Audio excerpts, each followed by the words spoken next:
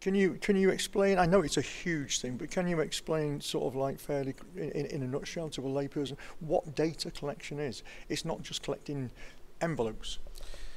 No, although it can be collecting envelopes full of data at times, but there's two kind of projects that I was describing in the lecture. One of them is trying to reuse pre-existing research data.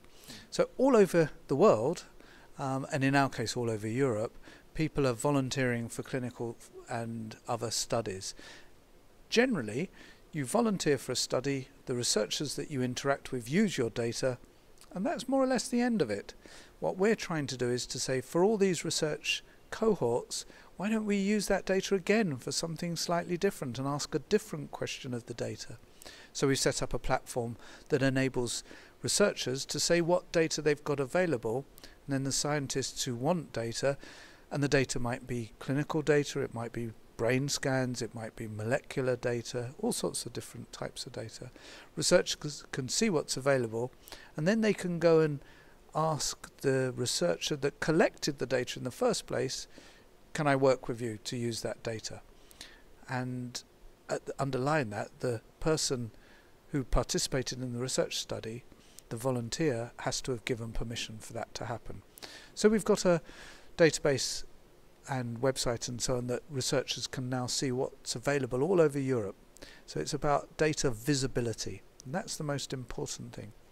The other kind of data that is collected is sometimes called routine care data or real world data. So every time you go to a doctor, every time you have a hospital appointment or an intervention or a test, data is collected. So all of the questions that are asked of you or you have tests for, that's data.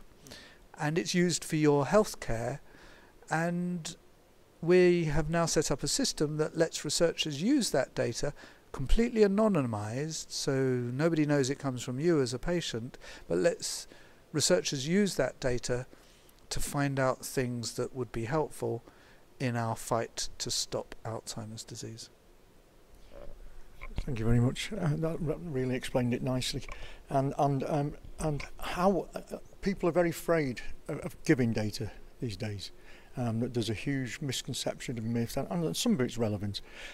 How will you actually protect the data from the people, and who will own it?